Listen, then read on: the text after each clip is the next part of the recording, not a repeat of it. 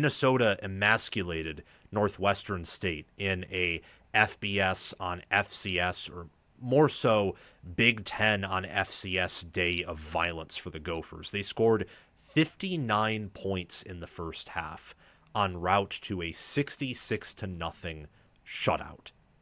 Pretty incredible, if I do say so myself. I don't care that Northwestern State might be one of the worst teams that any FBS school will play all year. I don't care about that. Putting up 59 points in a half is pretty impressive, to say the least. It's a very impressive performance, highlighted by good coaching, and I think more importantly, pretty awesome defense. Pretty incredible defense by the Minnesota Golden Gophers, who per ESPN's efficiency metrics actually have a top 5 defense right now. Before I resume, please like, share, subscribe, hit the notification bells, and comment your thoughts down below. I love your engagement. Don't just hit the notification bell for my main channel. Hit the bell for any team playlists attached to the video if interested. If your team is not there or you're not interested, please navigate to my home channel page. Check out the playlists tab. Your team will be there if it's a Power 4 team. And hit the notification bell so that you can get notified when I cover that specific team. If you want additional content, bonus content, sign up as a paid member of the channel with the appropriate tier. I also give priority reply to members. And check out our Discord server. It's free. You get to interact with me. I get to pop in there, and the Discord server will notify you when we go live or when I upload videos. Top 5, which is pretty awesome. Pretty cool to see a former Big Ten West, smaller Big Ten school represented in that category. We'll see if it's maintained, but when you have Coy Parrish, when you have Maverick Baranowski, when you have some of the playmakers that they do, that the Gophers do on defense, I like their odds of being one of the nation's top defenses. And I think that the play, the film that I watched and digested, the box score, the advanced analytics, I think they all pretty much back this up, that Minnesota has really good players on defense. I think that the epitome of Minnesota football right now are 2 players, corner John Nestor and running back Darius Taylor. I think those are the epitome of Minnesota football right now. And I say that because Nestor comes in from Iowa, where he was a bit, on and off, bit inconsistent. That's probably why he was able to leave Iowa. Iowa's a pretty good reputation with DBs, and so does Minnesota. But he goes to Minnesota, starting corner there. He has a pick 6 to open up the game, first play of the game, John Nestor pick 6, and number 17 continued to make amazing plays all day. He had a key tackle with a hard hit, and he also had another interception on the day. You go to Darius Taylor, and Darius Taylor, he didn't run that much. I think he got a little dinged up early, so they took him out. He had 3 carries for 20 yards, 6.7 yards per carry, had 1 reception for 9 yards. But we've seen before, whether it was last year or 2023, and for part of this year, Darius Taylor's a pretty gritty back.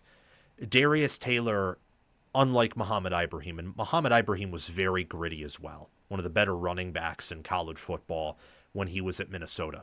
But Ibrahim had superior offensive lines to work with. Taylor has never really had a complete offensive line, whether it's led by John Michael Schmitz or whether he had, great tackles such as Ariante Arce, although Taylor had those in 23 and 24, but the offensive line wasn't up to the usual Minnesota standard last year or the year before that. I still don't know if it's up to that standard this year, if I'm being really honest about it. I don't. We'll have to see. Northwestern State was horrible. Buffalo is a MAC school. We'll get a better idea when they travel out to California week 3, which is a game we will be previewing. So hit the notification bell on the Minnesota football podcast playlist that I have attached to the video, and also hit the notification bell on the channel. But Taylor's gritty. Taylor works hard. Taylor compensates for his teammates and picks them up, helps them. doesn't hold them back. That's Minnesota football. Minnesota football is a developmental school that plays hard. They're gritty. They're tough. They're fundamentally sound. I mean, the tackling in this game was on point. Again, it's Northwestern State, but they're fundamentally sound. The defense had 2 sacks, 6 tackles for loss. Number 0, Anthony Smith, their best defensive end, he looked great. He accounted for all 2 sacks. Something else to keep in mind is that Drake Lindsey has a ceiling, and I mean a ceiling. He only had 9 pass attempts, but some of those pass attempts, he put a beautiful amount of air under the ball. Some of those pass attempts were underthrown, but it's clear that his arm talent is above Brosmer's. That's clear. And I think with how young he is, the more playing time he has, the better he'll get as the season goes on. Defense, we already talked about it a little bit. Anthony Smith, wonderful. Maverick Baranowski, great. John Nestor, fantastic. Coy Parrish, we all know him. He's an All-American. They're deep, though. They don't just have some stars. They are deep. And you also got to mention number 4 cornerback Saquon Bryan. Him and Baranowski each had a fumble. Matt Kingsbury, not Mac, but Matt Kingsbury, number 49, one of their backup linebackers, recovered a fumble for a touchdown. Minnesota showed off 6 different running backs. I know it's offense, but really the running back room and the entire defense are deep. And we also got to see Garrison Monroe, backup free safety, force a fumble, and Kingsbury recovered that fumble. So he had 2 fumble recoveries. It was a great game. Minnesota had over 250 rushing yards for 5.6 yards per carry, 5 rushing touchdowns. Lindsey and backup quarterback Max Shikinjansky looked pretty good. They had QBRs of 96 or above.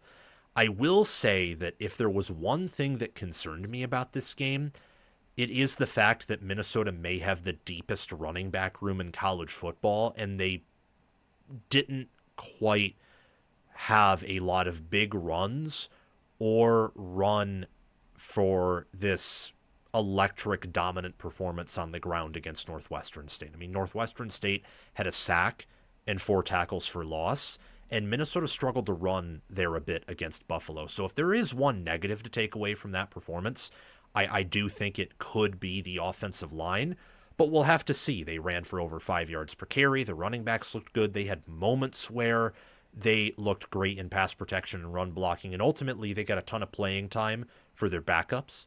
This game did finish a bit early due to severe weather, but most of the game was played, so this was a game I wanted to react to because it's impressive to be up at halftime 59-0, no matter how good or bad your opponent is. Thank you so much for watching College Football with Sam. Remember to like, share, subscribe, hit the notification bells, and comment your thoughts down below. Again, for the notification bells, don't just hit the bell for my main channel, hit it for any team playlists attached, or if you're not interested in those teams, navigate to my channel homepage, to the playlists tab. There will be a playlist for your favorite team if it's a Power 4 team. Hit the notification bell for that playlist so you can get notified when I mention them or talk about the conference broadly that they reside in. If you want bonus content, sign up as a paid member. And our Discord server is totally free. You get to interact with me and several other diehard football fans in there. So do those things. Most of them are free. And if you want to go the extra mile, there's always the Patreon page and YouTube memberships.